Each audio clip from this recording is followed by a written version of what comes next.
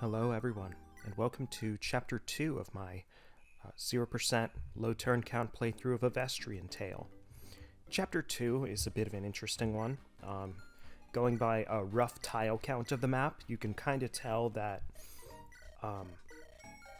by the end of turn 3, Alva can get into the spot near the seize point and drop Zeke within seize range, so you can clear this map in 4 turns just by full moving from the best starting position to the end point. Because we have so many shovers, you could potentially cut this down to a 3-turn, but you can see I didn't put Alva in the best starting position. In fact, she's way in the back. And that's because I'm making a little detour here to grab the first secret event of this run. This one was shown off in the FEE3 trailer, in fact, and I think it's the best weapon in the game. I am, of course, referring to the Devil Lance. Devil weapons, and especially the Devil Lance, are going to play a big part in this run.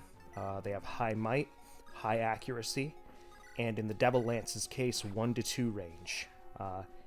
Alva just needs to stop on that tile to grab it, and now I'm a turn behind schedule, so if I don't shove her at all, this is lining up for a 5-turn.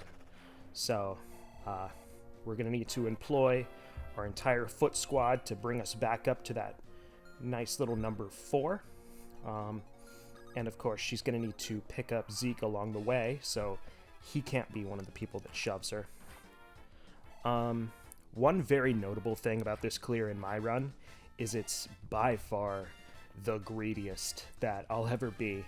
I get so many captures, like at least 1 capture per turn. But back to our actual win condition is we're obviously going to need to string a lot of shoves together, and to keep our grounded units within shoving distance, we can either shove Alva up or we can shove her to the right. And right now I'm working on clearing out the path to the right because the north path is just a little too rocky and full of cliffs, so I won't be able to get a nice clean shove chain going there.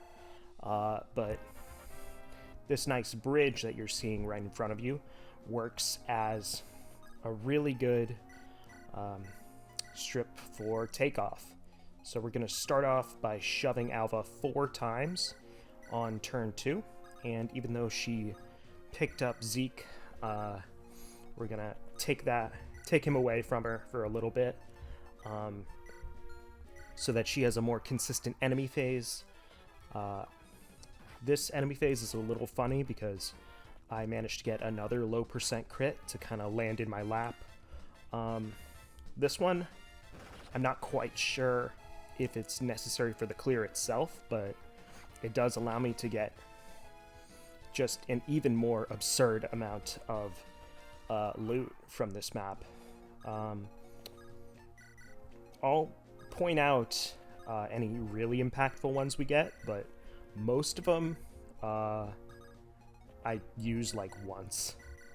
But here in turn 3, we're getting in the last 3 shoves to bring Alva over this lake and within range of a chest in the top right. And you can see Carmela kind of going off on her own. I'll explain that in a bit, but because of my just unstoppable greed when it comes to captures in this clear, you can see I've deployed all of my units with high constitution, including the mage we got last map, Sanzang. He's pretty unusual as far as mages go. His combat stats aren't too good, but he's got a personal weapon that is brave and high accuracy and incredibly high constitution, so he's probably our best capturer of the crew. But you can see the important part of Alva getting that chest is that there was actually an armor knight hiding inside of it. And between the Armor Knight and Zeke, Alva got rid of all of her weapons, making this enemy phase fairly reliable. I think I need to get 1 dodge out of 4 between Zeke and Alva, because Zeke is pretty frail, but Alva is unequipped, so the enemy splits their forces between these two, and that lowers their effectiveness overall. So we've got everything lined up for a 4-turn clear. The reason I grabbed the Devil Lance is that these warrior bosses are an absolute nightmare. They're so bulky, and the next boss is too. So the Devil Lance was a real lifesaver for me. And you can see Sanzang is so good at capturing, he can grab this Armor Knight, which, you know, they're the heaviest class that isn't mounted. And he's going to get our first Master Seal. And that's really nice, because there aren't a whole lot of those in this game.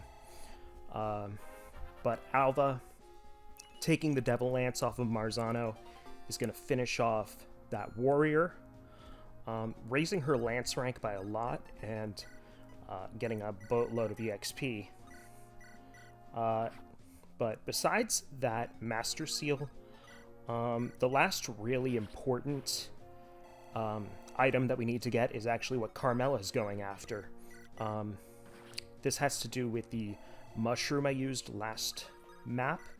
You can see the mushrooms that do the splash damage.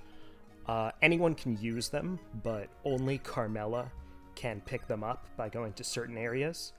And here she's going to pick up the Doom Shroom. And that's going to conclude our Chapter 2 clear in 4 turns. Thank you for watching, and I hope to see you for Chapter 3.